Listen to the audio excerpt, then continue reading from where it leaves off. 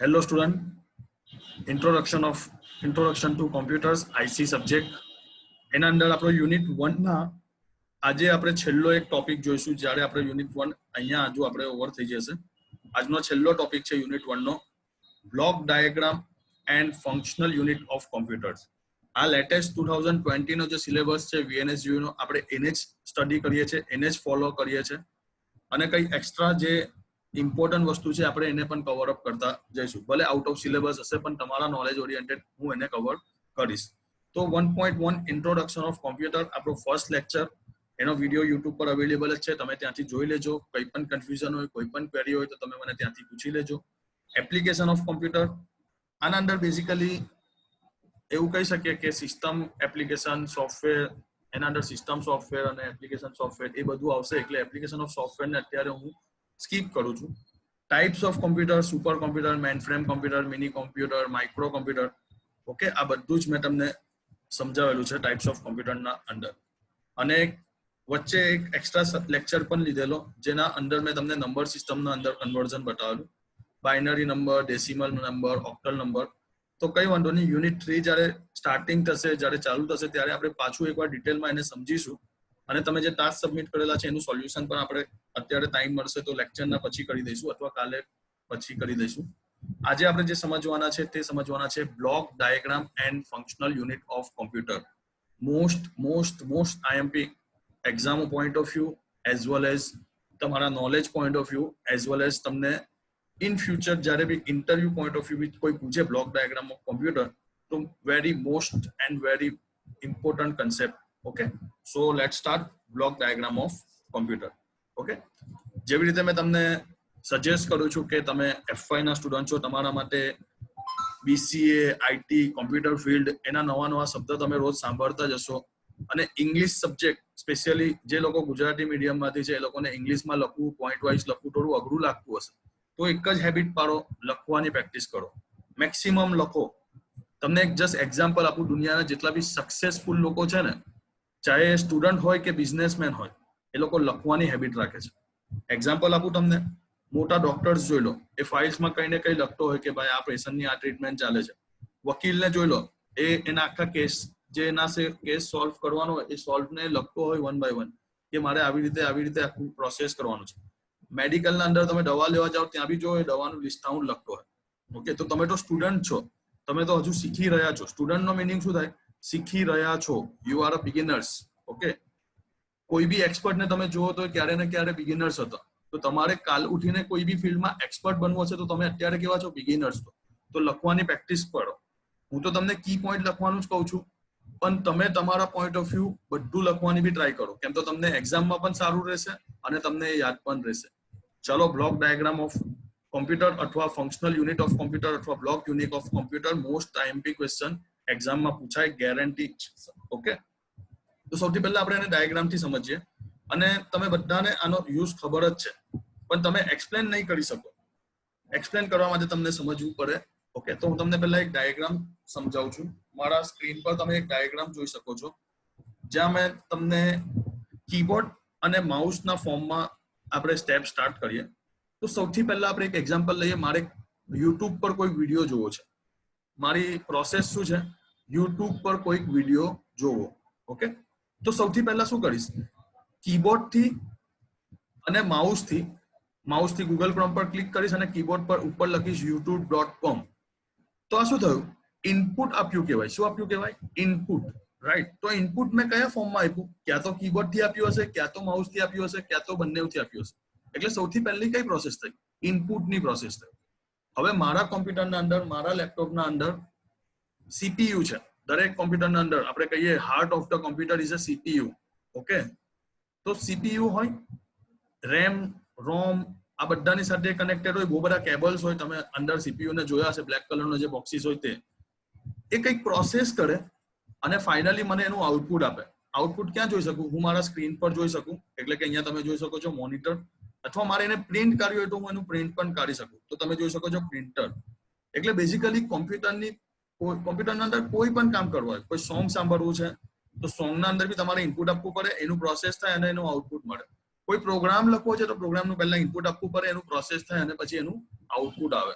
Okay, કોઈ તમારે album જોવા છે, કોઈ મૂવી જોવી છે, પહેલા ઇનપુટ આપો, એનું પ્રોસેસ થશે અને એનું આઉટપુટ આવશે. એટલે કોઈ બી પ્રોસેસ તમે લઈ લો, કોમ્પ્યુટરને ચાલુ કરવાથી લઈને કોમ્પ્યુટરને બંધ કરવા સુધી એના અંદર 3 જ પ્રોસેસ થાય અને સિક્વન્સમાં થાય: ઇનપુટ, પ્રોસેસ અને આઉટપુટ. આ વસ્તુ તમને યાદ થઈ ગઈ? ઓકે, ચલો હવે પાછા આવી જાઓ આપણા બ્લોક ડાયાગ્રામ ઓફ કોમ્પ્યુટરના અંદર. તમે આ ડાયાગ્રામ એક્ઝામમાં ડ્રો કરવું પડે અને આના બેસિસ પર જ તમને માર્ક્સ મળે. તો અહીંયા તમે જોઈ લો, સૌથી પહેલા શું રિપ્રેઝન્ટ કરે છે? સૌથી પહેલા આવે છે ઇનપુટ ડિવાઇસ. પછી પ્રોસેસ માટે કોણ છે? તો પ્રોસેસ માટે છે CPU, central processing unit, CPU. આનું ફૂલ ફોર્મ તમને ખબર હોવી જ જોઈએ, તમે આફ્ટર ઓફ કોમ્પ્યુટરના કનેક્ટેડ સ્ટુડન્ટ છો, રાઈટ? અને ફાઇનલી તમને શું મળે છે? Output device. તો ડાયાગ્રામ તમને ઇઝીલી યાદ થઈ ગયો. સૌથી પહેલા આવે ઇનપુટ ડિવાઇસ. તમારે આ વાળો ડાયાગ્રામ બનાવવાનો છે, પેલા વાળો નહીં. ઇનપુટ ડિવાઇસ પછી આવે સીપીયુ. સીપીયુ ના અંદર તમે જોઈ શકો છો 2 પાર્ટ છે. એક આવે કંટ્રોલ યુનિટ અને એક છે એએલયુ, એરિથમેટિક લોજિક યુનિટ. અને સીપીયુ નો જેટલો બી આન્સર છે એ બધો ક્યાં યુઝ થાય? મેમરી યુનિટના અંદર. હવે હું તમને એક એક્ઝામ્પલ આપું કે ભાઈ 50 પાનાની પીડીએફ નીકળી, તો 50-50 નું આઉટપુટ એક સાથે નહીં આવે, એ ડિવાઇસના અંદર કશે સ્ટોર થાય. આ સ્ટોર થવું એટલે એને શું કહેવાય? Memory unit. ક્યાં સ્ટોર થાય? મેમરી. એના અંદર પાછું ડિટેલમાં 2 આવે, પ્રાઇમરી મેમરી અને સેકન્ડરી મેમરી. જે આગળ આખું એક ચેપ્ટર છે એમાં આપણે સમજીશું. અત્યારે યાદ રાખો કે ડેટાને સ્ટોર કરવા, ડેટા પર જે પ્રોસેસ થાય છે એને સ્ટોર કરવા માટે શેની જરૂર પડે? Memory unit. અને ફાઇનલી એનું આઉટપુટ માટે શેની જરૂર પડે? Output device. તો આ ડાયાગ્રામને તમે પાછું જુઓ, આ વાળા ડાયાગ્રામ સાથે એને કમ્પેર કરો, તો તમને આખી કોમ્પ્યુટરની સિસ્ટમ સમજ પડશે, આખું કોમ્પ્યુટર તમારું કેવી રીતે વર્ક કરે છે. સૌથી પહેલા શું આવે? ઇનપુટ, એના અંદર પ્રોસેસ થાય અને ફાઇનલી તમને શું મળે? આઉટપુટ. તમારે ડાયાગ્રામ કયો ડ્રો કરવાનો એક્ઝામના અંદર? આવવાનો, જેના અંદર સૌથી પહેલા ઇનપુટ ડિવાઇસ, પછી સીપીયુ.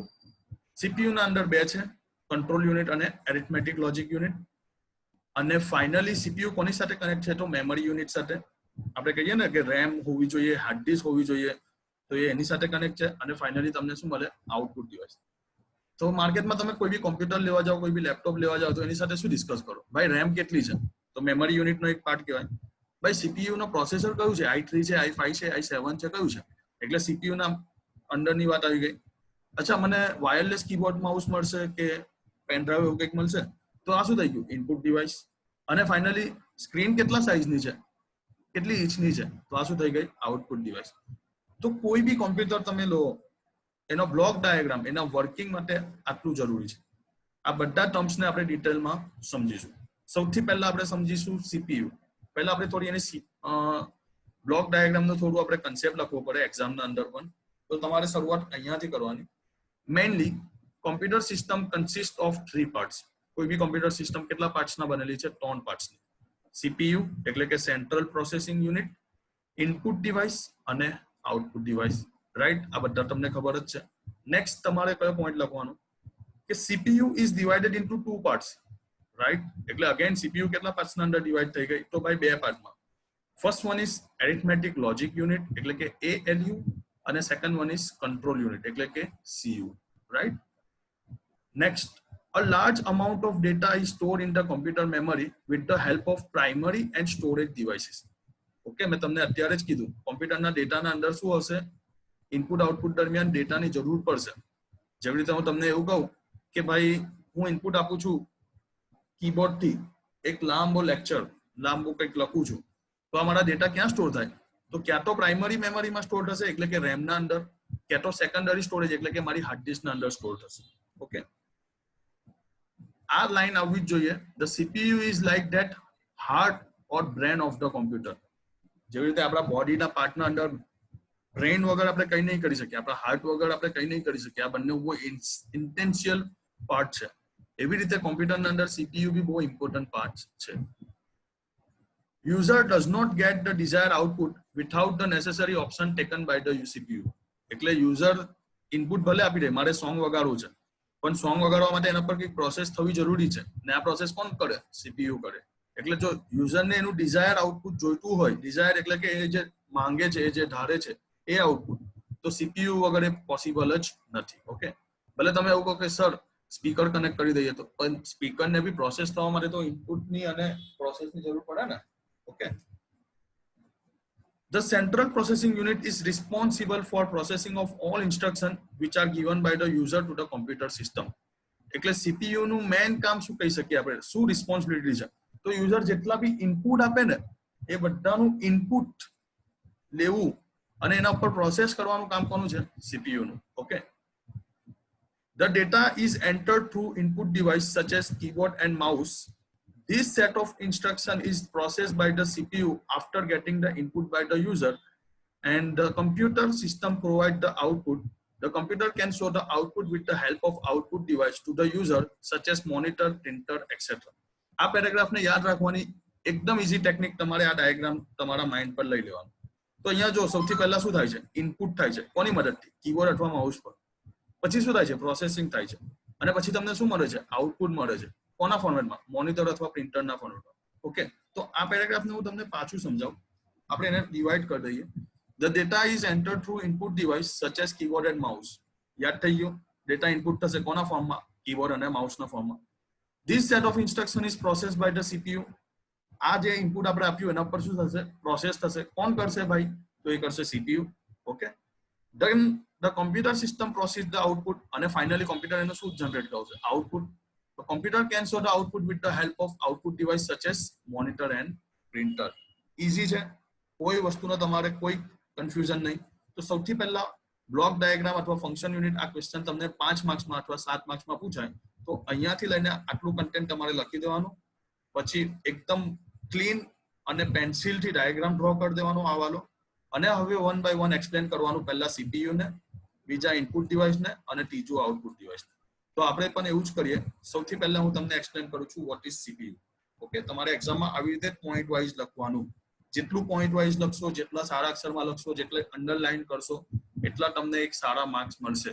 એક્ઝામિનરના પોઈન્ટ ઓફ વ્યૂ તમારી એક ગુડ ઇમેજ થશે અને તમને 7 આઉટ ઓફ 7 અને 5 આઉટ ઓફ 5 આપવા માટે પણ રેડી થઈ જશે. ઓકે. ચાલો, તો પહેલી વાત કરીએ આપણે CPU ના અંદર.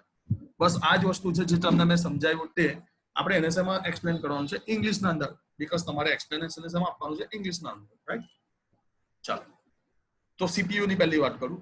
The computer system is nothing without the central processing unit. Of course, computers CPU વગર કોમ્પ્યુટર કહેવાય જ નહીં. ભલે આ તમે કહો સર લેપટોપમાં કાં CPU છે? CPU એટલે તમારા માઇન્ડમાં પેલા બ્લેક બોક્સીસ હોય ને? No. Combination of motherboard, RAM, hard disk, આ બધાનું કોમ્યુનિકેશન એટલે CPU કહેવાય, જે આખા સિસ્ટમને ફોલો અપ લેતું હોય. Okay. So that's why CPU વગર આખી સિસ્ટમ ચાલવાની જ નથી. એટલે એને આપણે શું કહી શકીએ? બ્રેન ઓર હાર્ટ. રાઈટ. આપણા મગજ વગર અને આપણા હાર્ટ વગર આપણે જીવવાના જ નથી. એવી રીતે CPU બી, કોમ્પ્યુટર બી CPU વગર ચાલવાનું જ નથી. એટલે પહેલો point clear. Now V move on second point. The CPU is an electronic hardware device. What is hardware, what is software તમને ખબર જ છે, રાઈટ? મેં આગળના લેક્ચરમાં તમને સમજાવ્યું. તો CPU કેવું છે? Electronic hardware device. એટલે આપણે એના માટે ઇલેક્ટ્રોનિક પાવર આપવું જરૂરી છે. ઓકે. તમે કહેશો કે સર લેપટોપમાં ક્યાં ઇલેક્ટ્રોનિક પાવર આપીએ? પણ ભાઈ આપણે એને ચાર્જ તો કરીએ છીએ ને, એની બેટરી તો આપણે ફૂલ કરીએ છીએ ને, તો આ બેટરી કયા ફોર્મેટમાં હોય છે? ઇલેક્ટ્રોનિક ફોર્મેટમાં હોય છે. Okay. So CPU is an electronic hardware device which can perform different type of operation such as arithmetic and logical operation. એટલે CPU બહુ બધા કામ કરે. એમાંનું એક મેઇન કામ છે arithmetic અને logical operation. Okay. The CPU contain two parts, arithmetic logic and control unit. પહેલી વાત કરીએ આપણે control unit. ચલો, કંટ્રોલ એના નામ પ્રમાણે છે, આખી સિસ્ટમ પર કંટ્રોલ કરે છે. કોને કેટલી સિસ્ટમ વાપરવા દેવાની, કયા પ્રોગ્રામને કેટલી રેમ અલોકેટ કરવાની. ઓકે. એનીવે CU શું છે એ આપણે જોઈએ. CU that means control unit. તો control unit control all the activity or operation which are performed inside the computer system. કોમ્પ્યુટરના અંદર જેટલી બી એક્ટિવિટી થતી હોય એ બધાને કંટ્રોલ કરવાનું કામ કોનું? તો ભાઈ CU. હવે તમે કહેશો સર કઈ કઈ એક્ટિવિટી થાય? તો અત્યારે જ મારા જ કોમ્પ્યુટરમાં ઘણી બધી એક્ટિવિટી થઈ રહી છે. આ જો હું તમારી સાથે લેક્ચર લઈ રહ્યો છું ઝૂમ એપ્લિકેશનની મદદથી, PDF ફાઇલ ઓપન કરીને રાખેલી છે, નીચે વર્ડ ફાઇલ પણ છે, ગૂગલ ક્રોમ પણ ઓપન છે, મેં બેકગ્રાઉન્ડમાં કંઈ ડાઉનલોડ કરવા પણ મૂકેલું છે. રાઈટ. તો આ બધી જ એક્ટિવિટી છે. આ એક્ટિવિટીને કંટ્રોલ કરવાનું કામ કોનું? CU. Right. It's receive instruction or information directly from the main memory of the computer. તો બધી જ ઇન્સ્ટ્રક્શન એ ક્યાંથી લાવશે? તો ઇન્સ્ટ્રક્શન લાવશે main memory of the computer. આગળ આવશે પ્રાઇમરી એટલે કે મેઇન મેમરી અને સેકન્ડરી મેમરી. અત્યારે મેઇન મેમરી એટલે રેમ આપણે કન્સિડર કરીએ. તો આ બધી ઇન્સ્ટ્રક્શન એ ક્યાંથી લાવે છે? રેમના અંદરથી લાવે છે. ઓકે, એટલે ઘણીવાર તમને લોકો કોમ્પ્યુટરના એક્સપર્ટ લોકો એવું કહેતા હોય કે તમારું કોમ્પ્યુટર સ્લો થઈ જાય ને તો કંટ્રોલ અલ્ટર ડિલીટમાં જઈને બધી પ્રોસેસ બંધ કરી દેવાની. તો એનો મતલબ એ શું કહે છે કે ભાઈ રેમને ફ્રી રાખો, રાઈટ, અથવા એને રિસ્ટાર્ટ કરી નાખો. તો આ સી જે તમારું કંટ્રોલ યુનિટ છે એ આખું મેનેજ કરતું. Okay, when the control unit receive an instruction set or information, it convert instruction set to the control signals. Then these signals are sent to the central processing for further processing. Okay, એટલે તમને પહેલા સ્ટેપમાં તો મેં સમજાવ્યું કે control યુનિટને instruction મળશે રેમના અંદરથી.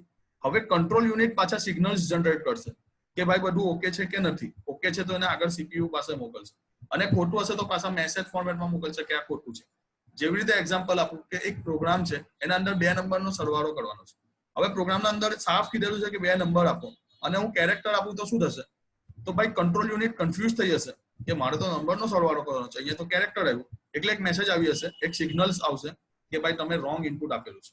ઓકે, એવી રીતે મારે પ્લે સોંગ કરવું છે અને હું પ્લે વિડીયો કરું તો નહીં ચાલે, બીકોઝ એ તો કઈ ફાઇલ છે?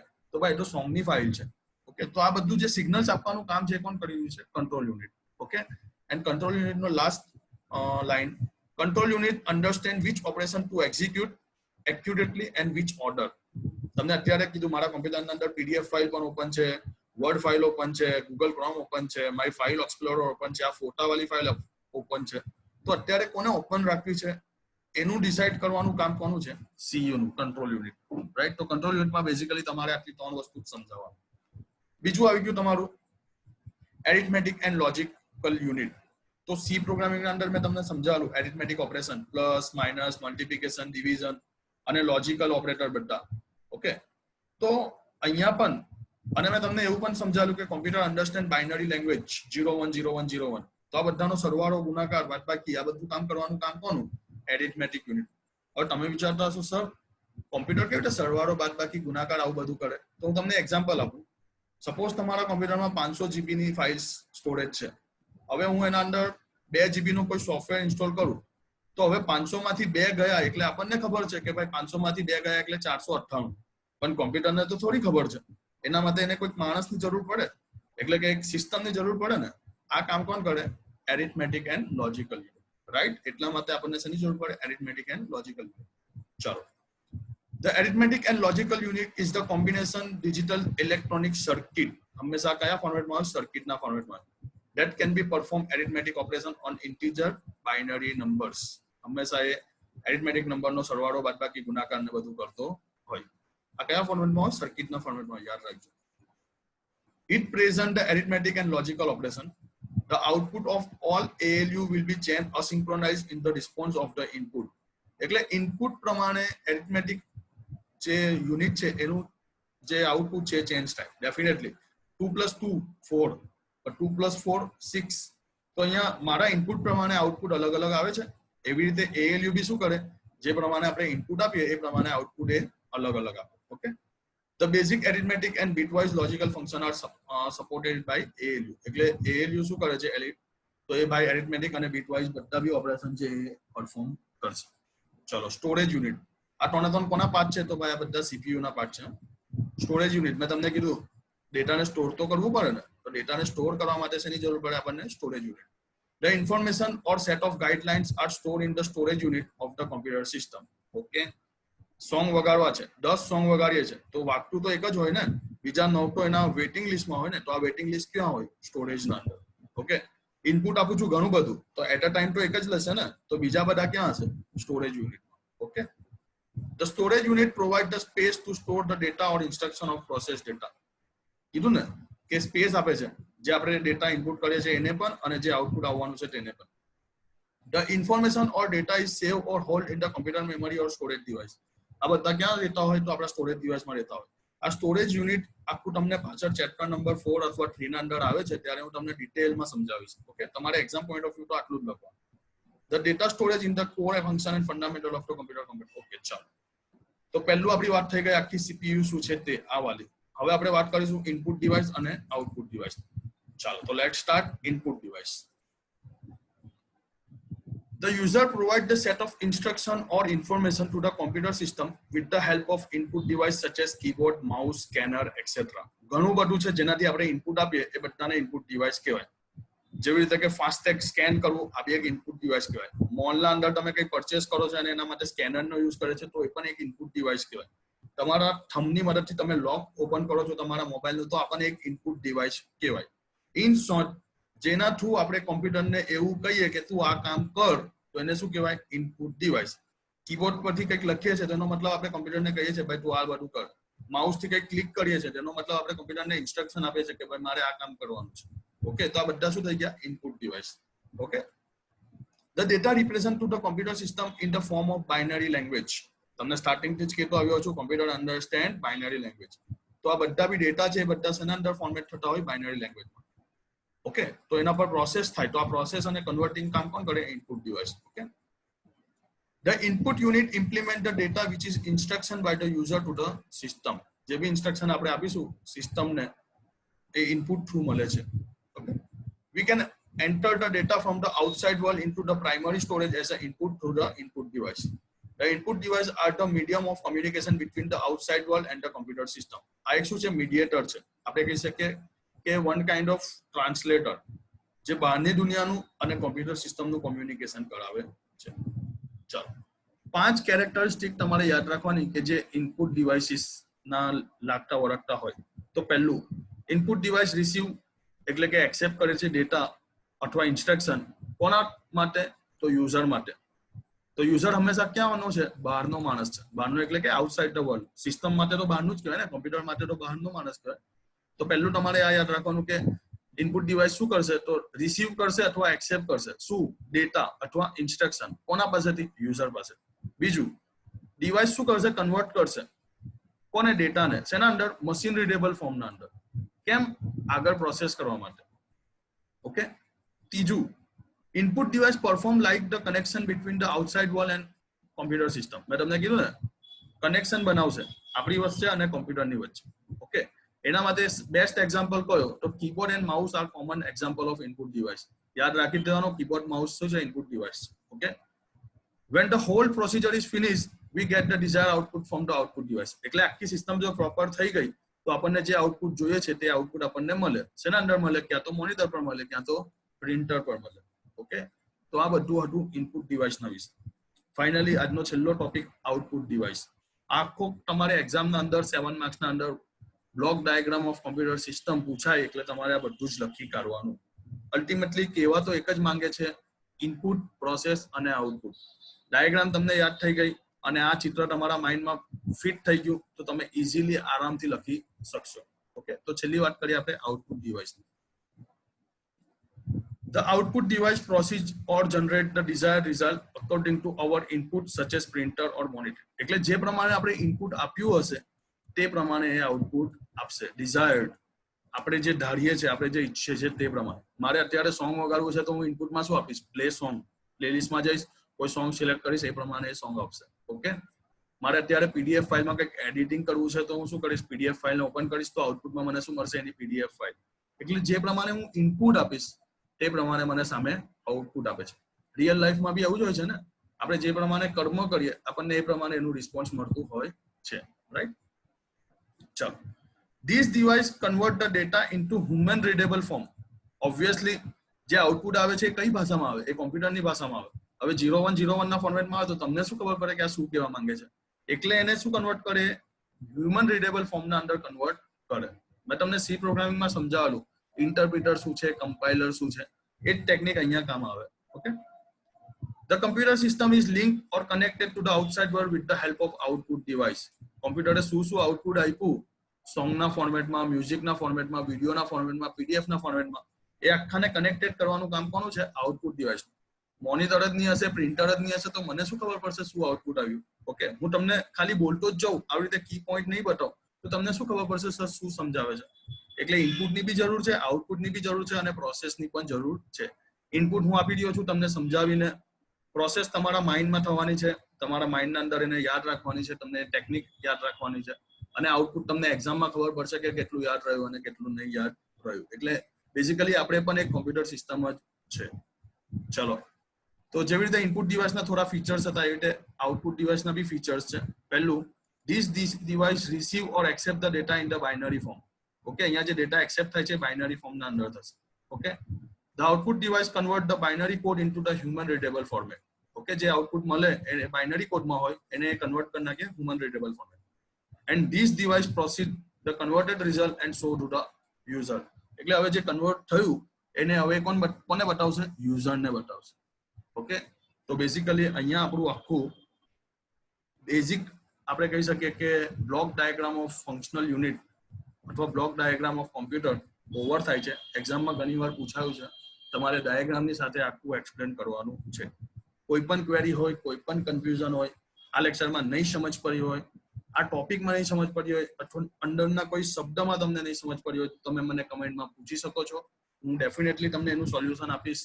તમે જ્યાં પણ અટકશો ત્યાં હું તમને હેલ્પ કરીશ. ઓકે, અહીંયા આપણું આખું આ કન્સેપ્ટ ઓવર થાય છે. અહીંયા આપણું યુનિટ 1 પણ ઓવર થાય છે. ઓકે, તમને કોઈ પણ કન્ફ્યુઝન હોય તો તમે મને એની ટાઈમ પૂછી શકો છો.